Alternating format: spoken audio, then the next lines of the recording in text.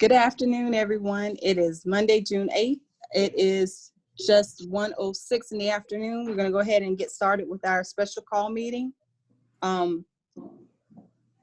this time, I'd like a motion regarding the adoption of the agenda.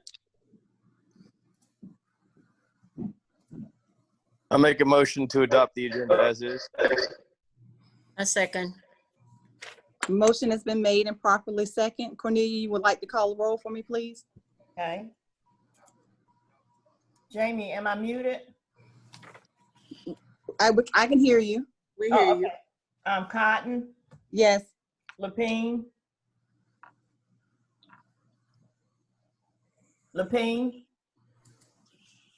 Lindsay, Mute, but Here. Clark, Johnson, Coach V, here. Lapine, Okay. his thumb up. Lapine indicated yes. He wasn't able to speak, but he said yes. okay. And Mr. Clark has not joined us yet. Not yet. He should be in shortly. And Johnson, Johnson will not be joining us today. okay, motion approved. Thank you. Next matter is going to be the RCRC operating budget resubmission. Ms. James? Good afternoon, everyone. Good afternoon. I'm going to share my screen.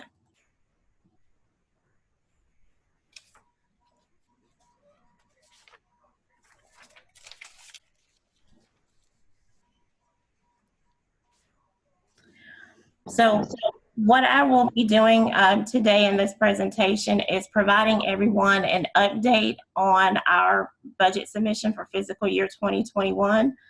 However, I'll start off the presentation by giving everyone a historical look at our budgeted revenues and expenses, and then I'll go into further detail on what the reductions were for our revenues as well as our projected expenses. So, Excuse me, I got a text from Thomas Clark, and he said he can't get on Zoom.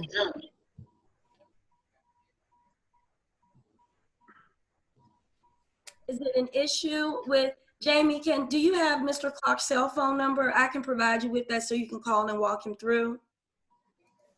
Yes, if you could send that, I will definitely get with him. All righty, I'll take care of that. Thank you, Commissioner Reason. Sure. Thank you. okay. Looks like it's coming in now. Are we supposed to be just looking at a Zoom screen right now that says Zoom? No, I am sharing my screen. Does everyone see my screen? Yes. I Okay. don't. Yes. And Commissioner Clark is on. And Commissioner Clark is on. Mr. Lapine, this is the same document Cornelia sent out. No, what I'm saying is all I'm looking at is the word Zoom on my screen and I haven't done anything. So I got to get this straightened out here. I don't know what's going on. The same information that went out in your packet, this is what you should have. She's sharing what we also sent out. Okay. Okay. Is it okay to continue, or would you like me to wait a few minutes? Can you just give me a second, please? I want to go grab my packets in the other room. Hold on. Okay.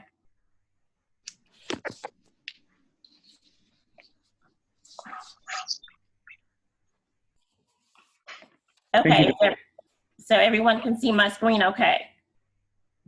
Yes, I can. Okay. So before I begin, I want to give you an update on where we are in our budget timeline. Our initial budget request was submitted to the county on May the 4th. We had a budget meeting with, a budget work session actually with the county council on May the 14th. And during that budget work session, there was some discussion about whether or not the agencies would be required to reduce their budget. And so a decision was made by the county council for us to resubmit our original budgets with a reduction in mind. After that budget meeting, we did receive some guidance from the county by way of an email from the county administrator and budget director. And in that email was a letter from the county administrator indicating that all millage agencies would need to, again, resubmit their budgets with a budget reduction of at least 10%. And so we did revise our budget request and resubmitted that budget request to the county on May the 27th. And so again, before I get into what those particular budget reductions were, I want to give everybody a good understanding of where our historical budget revenues have been, as well as our historical budgeted expenses have been. And so what you have here on the screen is a look at what we've requested from the county in terms of budgeted revenues for the last 5 fiscal years. That first column indicates what our first budget request was for fiscal year 2021. And you'll notice that our property tax revenue request in that budget was about $16 million. Because of the guidance that we received after our budget work session, again, we did reduce that request, and that request was reduced by about $14 million, excuse me. This next graph shows you percentage-wise what that percentage revenue amounts were for each type of budgeted revenues. So again, historically, over the past 5 years, our property tax revenues have been about anywhere between 89 to about 83% of our overall total budgeted revenue. So I'm sharing this with you to press upon you the impact any reduction in our property tax revenues will have on our overall budget, because again, it makes up the vast majority of our budget each year. So I'll stop there if there are any questions. I have a question. Yes. Was it mandated that we reduce it by 10%, or was it asked to come up with a reduction? We were told that we would need to reduce our budget request by a minimum of 10%. Because it's my understanding that there's other organizations that are doing less than us and some that aren't doing any at all.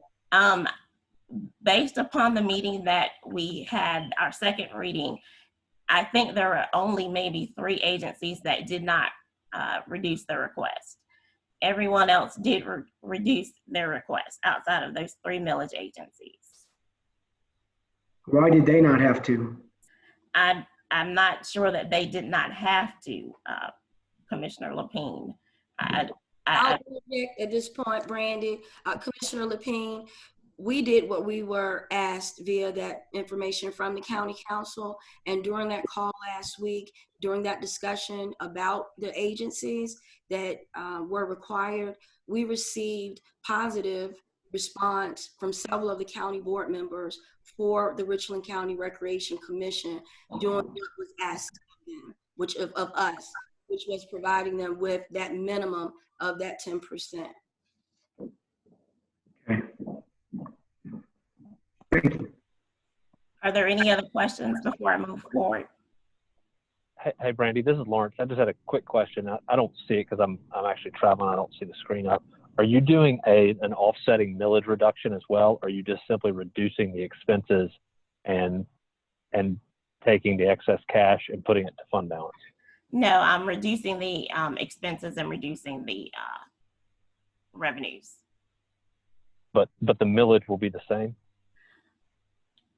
We do not have, if I remember correctly, we do not have a millage amount from the county auditor. We just got a dollar amount. So I reduced that property tax revenue dollar amount until I receive further guidance from the agencies as it relates to what that dollar amount is in millage. You are correct, Brandy. That's what we were providing. Yes. Okay. Any other questions? Okay. Okay, so what this slide does is show you a comparison of what our budgeted revenues were with our original request and what those revenues are now that we have reduced that request. So again, you'll notice that our property tax revenue request was 16.4 million. Again, we reduced that to 14.8. We also did some further reductions in our program revenues, and that totaled $3 million in our original request, a little over 3 million, excuse me, and now we're just under 3 million. And those reductions were related to our parks and rental revenue. That was reduced, as well as our athletic program revenue. So our total budgeted revenues after we have reduced our budget is now at 18 million versus close to 20 million in our original request. So would the other portion, Brandy, like from 16 million to, could you go back to that slide real quick? Sure. So the 16 million forward to the 19,992,000, which is your total budgeted revenues versus the property tax revenue? No, With no, the no.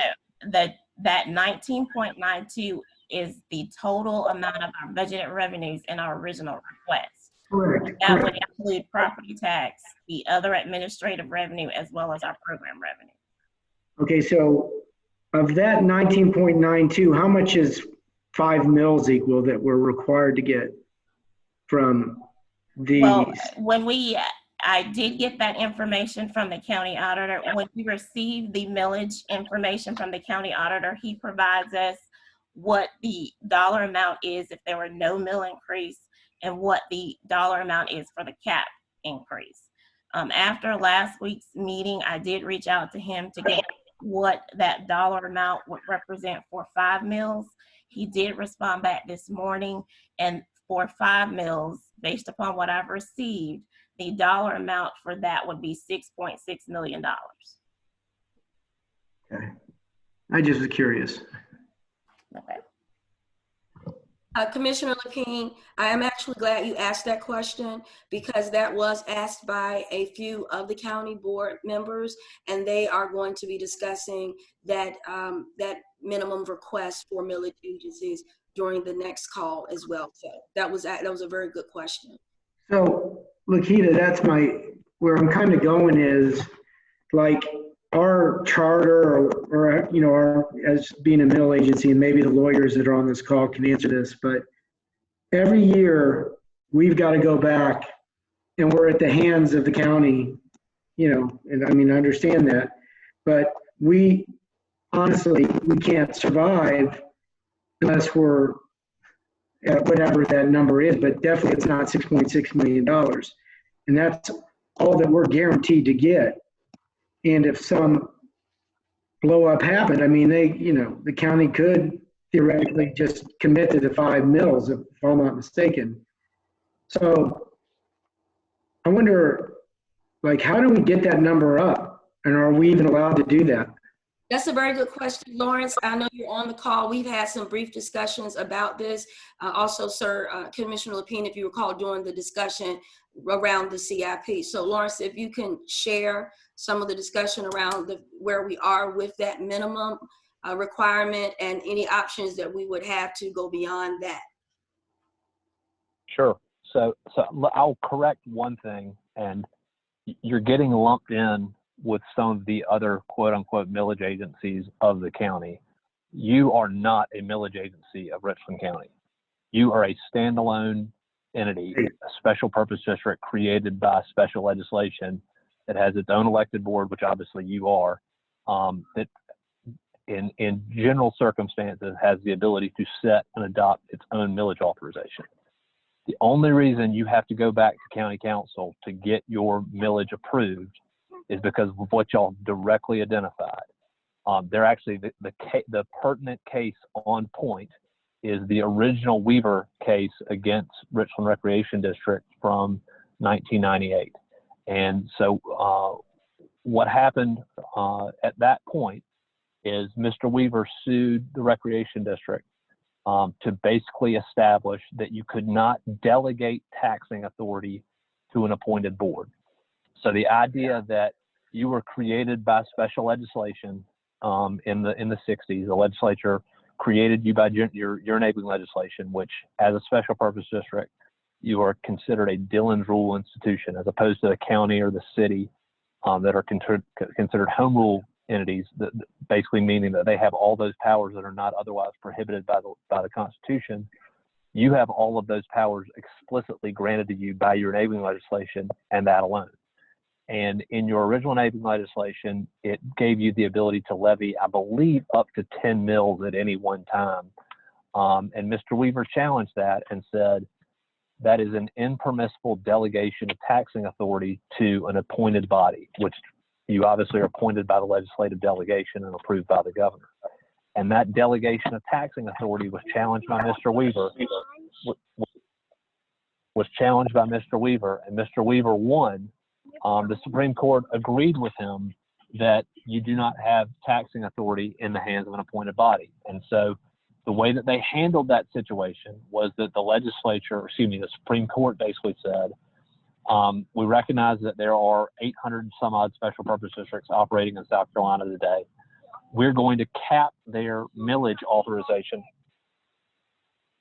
We're going to cap their millage authorization at the level that existed as of the date of the original Weaver challenge. So your litigation changed the approach for millage levies for appointed special purpose districts across the state.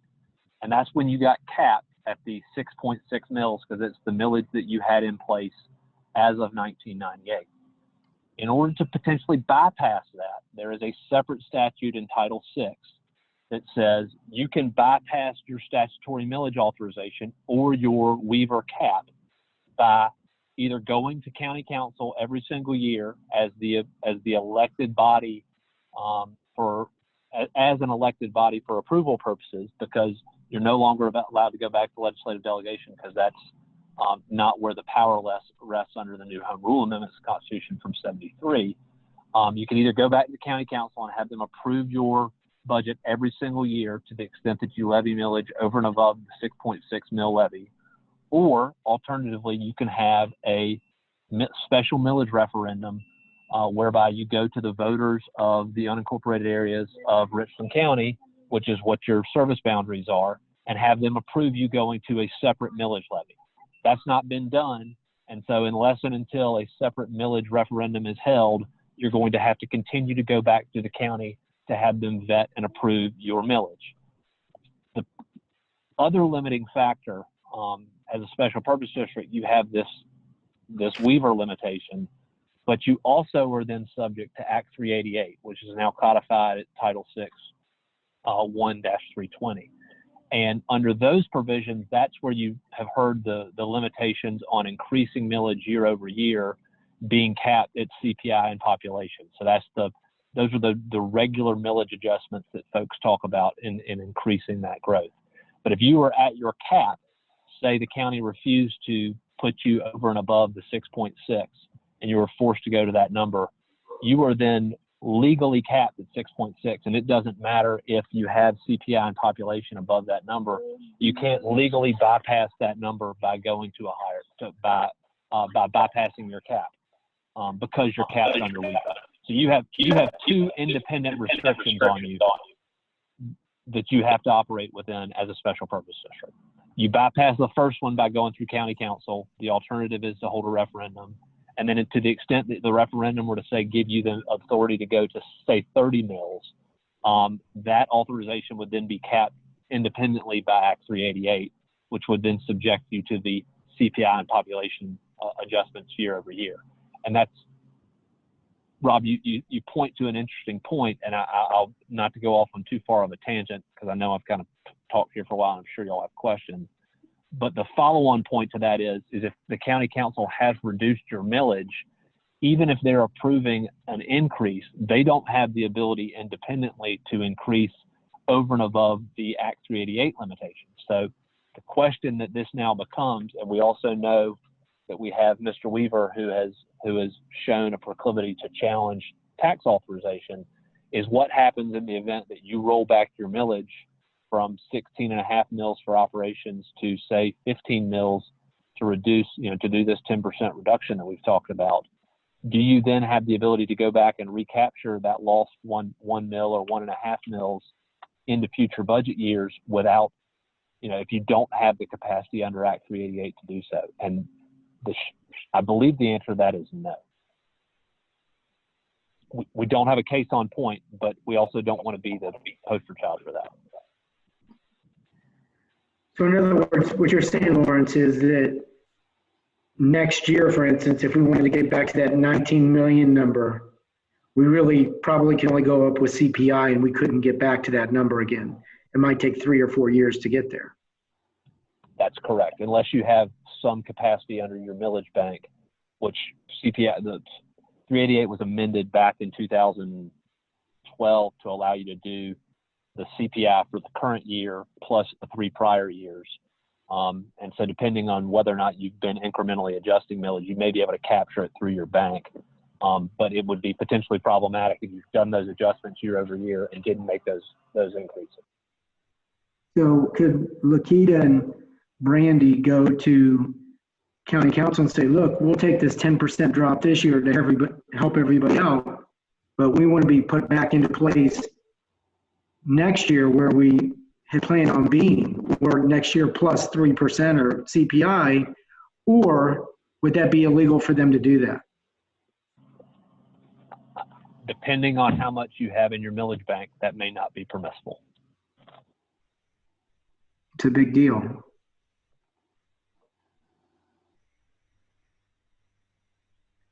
All right. Because 388 is a static piece of legislation.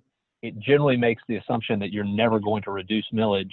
The only time that typically happens is when you have rollback.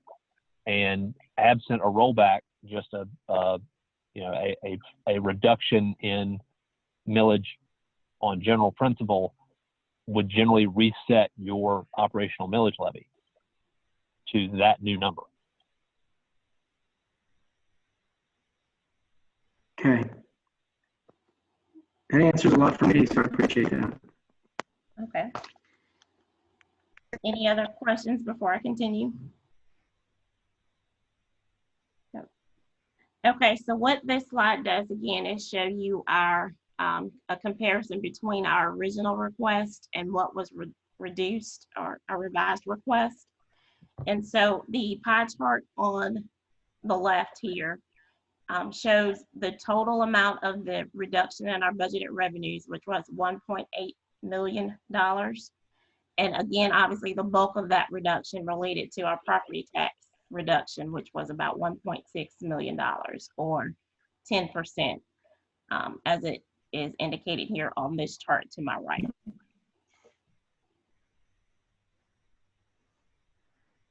What this slide does, now we're going to get into a discussion of our expenditure analysis. And so what this chart shows you is, again, a 5-year look back as to what our budgeted expenses are. And it's broken down into various different categories. So on your left, you'll notice that our payroll expenses have typically been budgeted between $11 to $13 million. Operating expenses have been budgeted typically between $2 to $3 million. Our program expenses have been budgeted between about $350,000 until about $1 million this year. And our maintenance and capital expenses again run between $1 million and about $300,000. What this slide then does is take that similar information and kind of show you what that percentage equates to.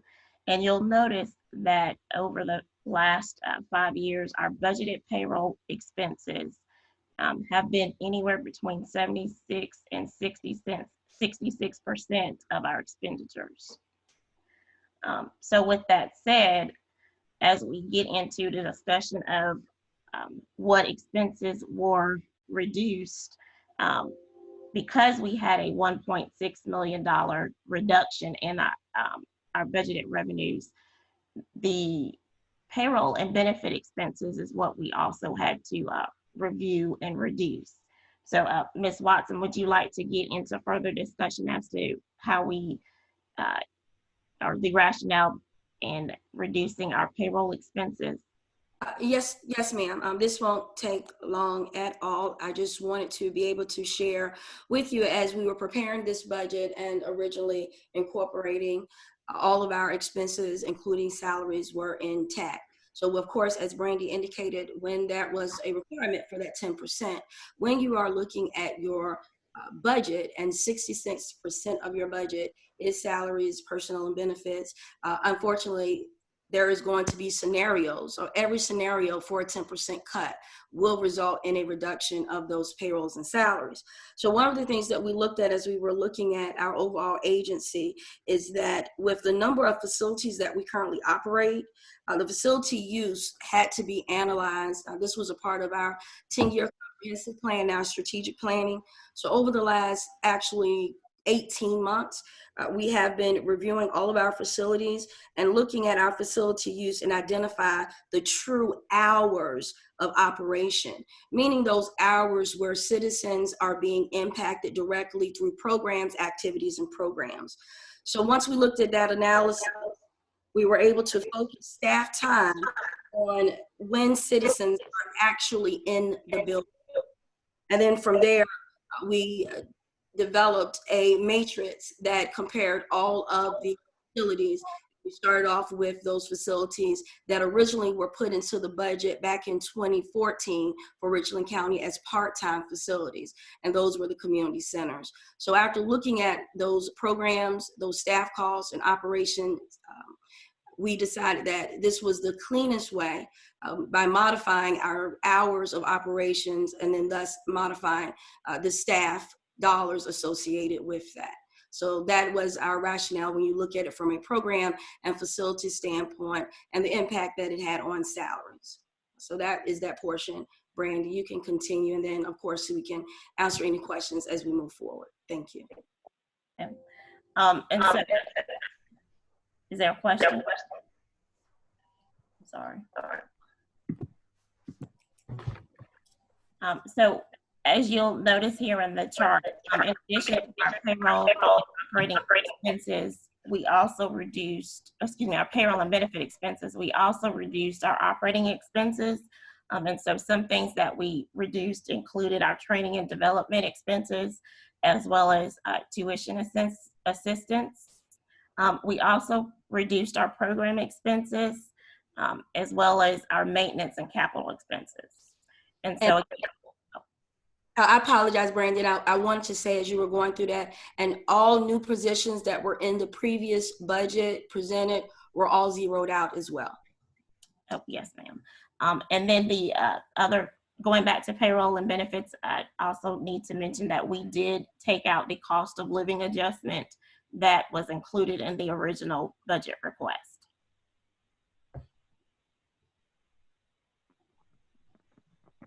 Hey, Lakita, what did you say was zeroed out? I'm sorry.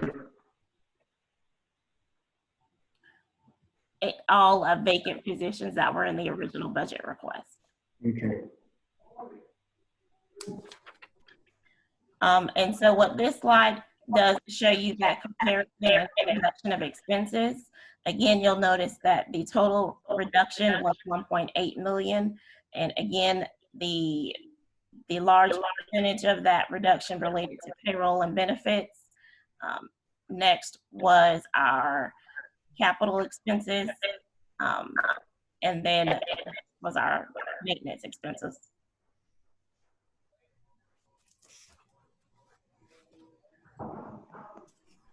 If there are no questions, I'll conclude. So again, we did have our second reading of the budget last week. And as Ms. Watson indicated, County Council was receptive to our reductions as we resubmitted it.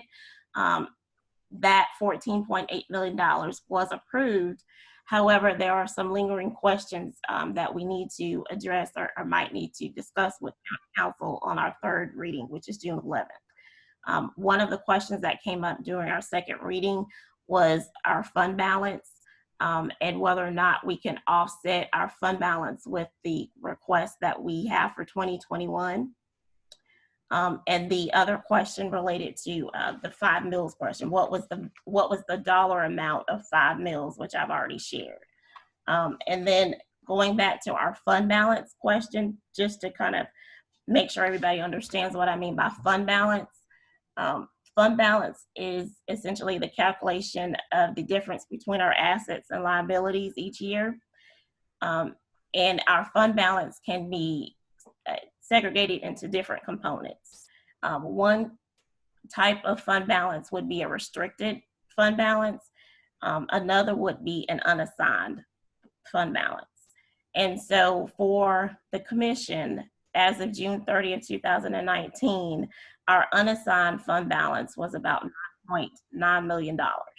So what could potentially, what we could be potentially asked to do is offset the $14.8 million by some portion of that unassigned fund balance, which would then further reduce our request for 2021.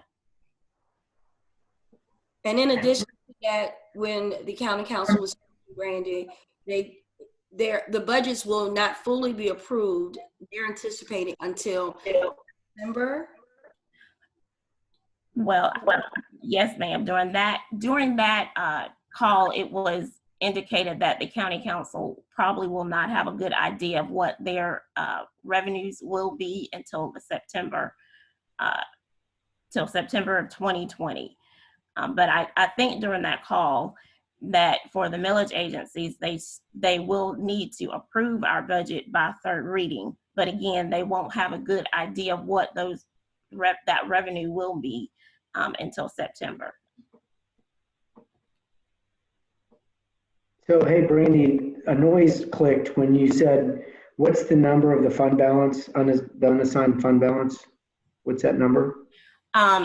For June 30th, 2019, as of that date, our total fund balance was about $10 million. But again, your fund balance can be segregated into different categories.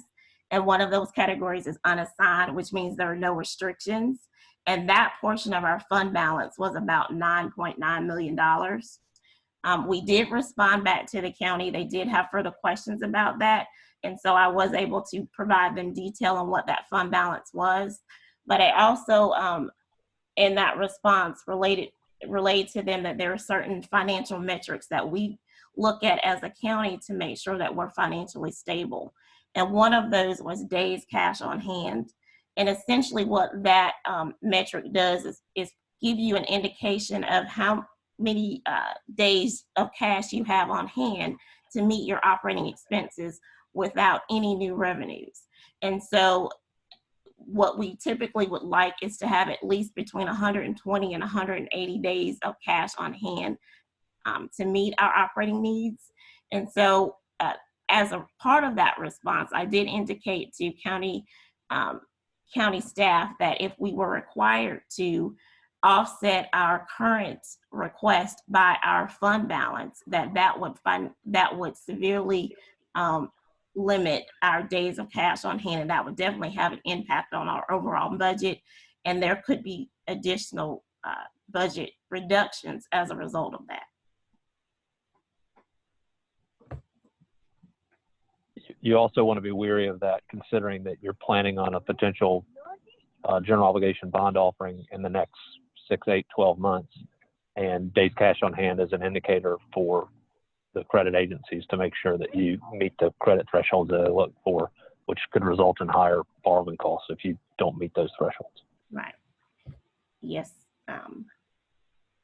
Again, I did indicate that within that response back to the county. And there is a meeting on June the 11th. What happens, we usually don't get the call-in information until anywhere between 24 to 12 hours before. And so we want you all to have that information because there's a lot of dialogue and it's good for you to hear because we're not there. Last year we were in the building. So we'll make sure that when we get that information for that third meeting, we receive it. And Madam Chair, I did send Jamie the information. She's reaching out to to Commissioner because he wants to participate, but he stated that he could not call in or be heard. Thank you. That concludes my presentation if there are no other questions. Brandy, Yes. so just out of curiosity and based on what Lauren said, so our cash on hand, how much cash on hand do we have right now? Right now, we have about $11 million of cash on hand. So if we said we don't want to take a budget cut, but we'll give you 10% of our, or whatever that number is, let's say it's $2 million. Why don't we just give them $2 million, keep 9, and keep our budget where it was? I'm just asking. I mean, I know that's too simplistic, but at least we could keep our budget up. So when we're going around next year, we're still looking at a good basis. If I'm understanding you correctly, are you asking why didn't we keep the millage at the dollar amount of our property tax request at $16 million? Yes, ma'am. Is it even a possibility to do that? I guess I'm asking. As I understand it, I don't think that would be a possibility for us to do. I think we were asked again to reduce that dollar amount, not necessarily the millage amount, again, the dollar amount. So I don't think that was something that was an option for us to do. Okay.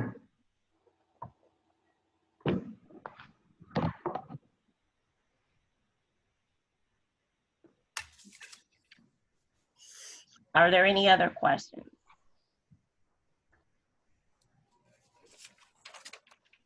Okay, if not, I will stop sharing and turn this over to Ms. Watson. Thank you, Randy. Madam Chair, are we ready to go on to the next item, or do you have any questions? Give me just 1 second. I'm still trying to. Okay. We can move on to the next item. I really want to try to get Commissioner Clark back in. Yes. So I'm gonna try to work on that while you're going through the COVID reopening. Okay, and Jamie's working the same thing. She did call him and she's texting as well. So I did share my screen. Can everyone see what is before you? Mm-hmm.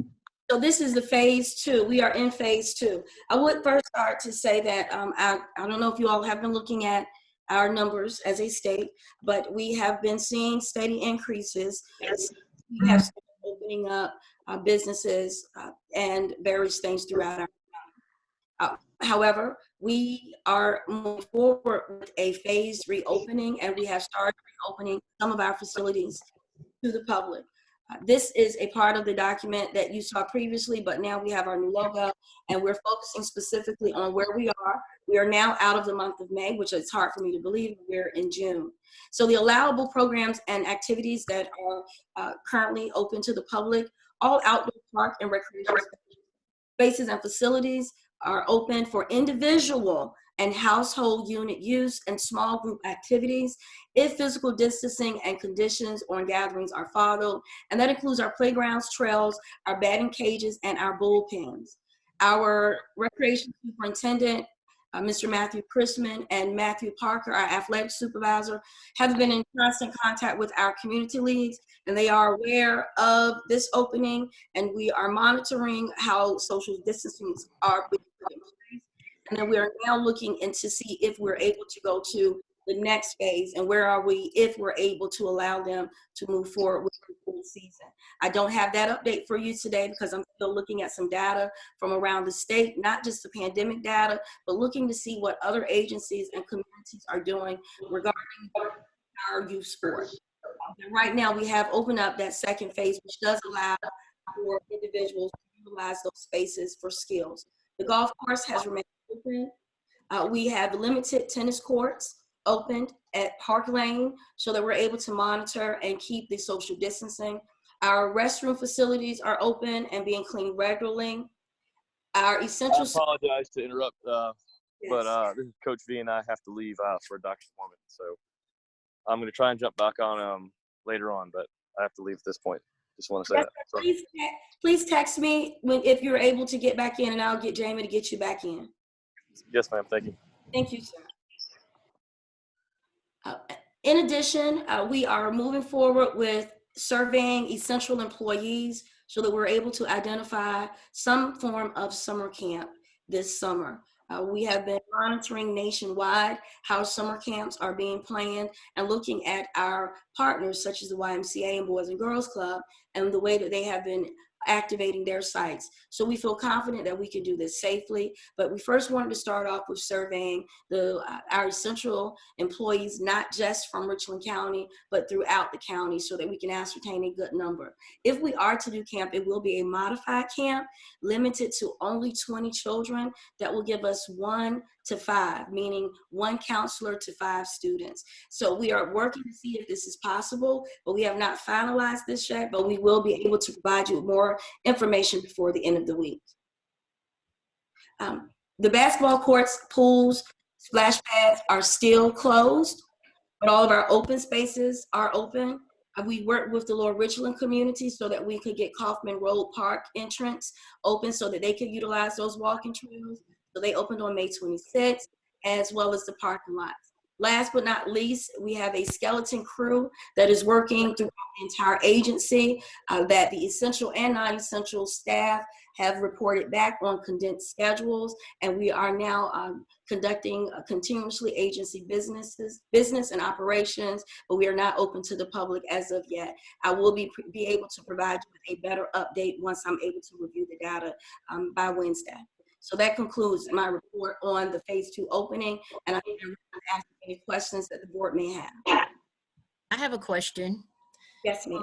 What happened to the CDC, the 14-day decline? Because our numbers are steady going up. Yes, ma'am. Saturday we had over 500, Sunday we had over 500, and the following week it was 400 and 300, all new cases. Yes, ma'am. So why, I mean, we're opening things, but what happened to that law? Well, they said we're opening, but I'm not opening things where people are actually we're opening low risk things, not the high risk where there's direct interaction. As you notice, we are not opening up these sports so that they are competitive. We're only opening up so that people can use the facilities, utilizing social distancing with their families open. Only. So no, ma'am, I have not moved to open up anything to the public that is in high risk. I agree with you. Our numbers are still rising, and I have not made any final decisions. I will come back to you because I am concerned. You are absolutely right with over 1,400 cases just over the last 4 days. It's very scary. Okay, not only that, I was reading Columbia Parks on one of their sites yesterday, and it said that they stated public do so at their own risk. Are we gonna make a statement like that so we won't get sued if somebody catch the virus and blame us? Yes, ma'am. Before any of the playgrounds and things are open, we do have signage at our facilities that have play at your own risk. And Jamie is working for public information purposes, working with all of the team members that are at facilities so that we have those signs that are consistent and that are being put up at the site. So yes, ma'am.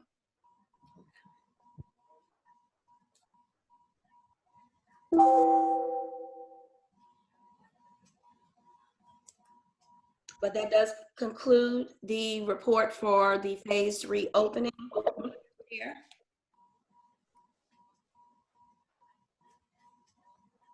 Okay. Did someone just join the call or someone left? Can you tell, Jamie? Madam Chair, someone just left. I have been communicating with Commissioner Clark.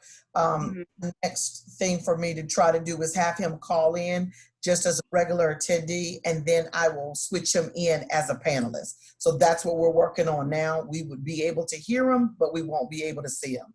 So we're working to get that done now. Okay. So I need a little procedural help. Mayor Bob, we lost our quorum.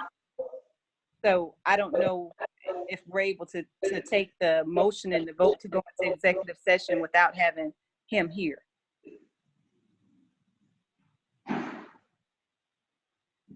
Mayor Bob, we can't hear you. Unmute you.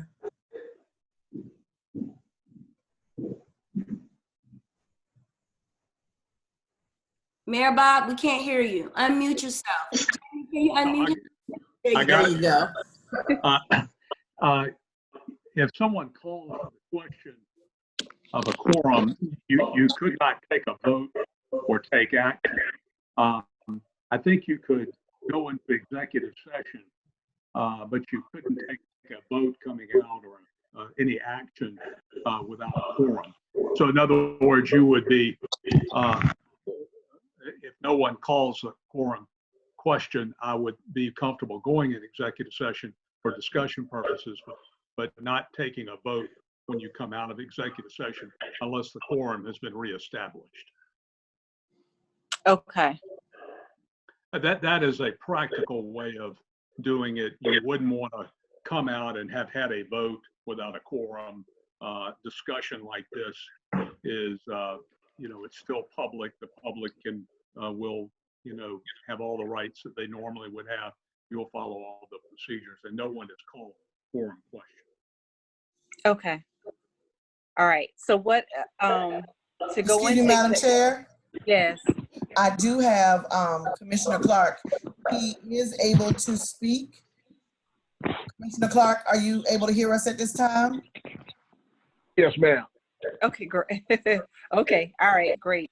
All right. So at this time, I will take a motion regarding going into executive session. Make a motion to go in executive session. A second. Okay, motion's been made and properly second. Cornelia?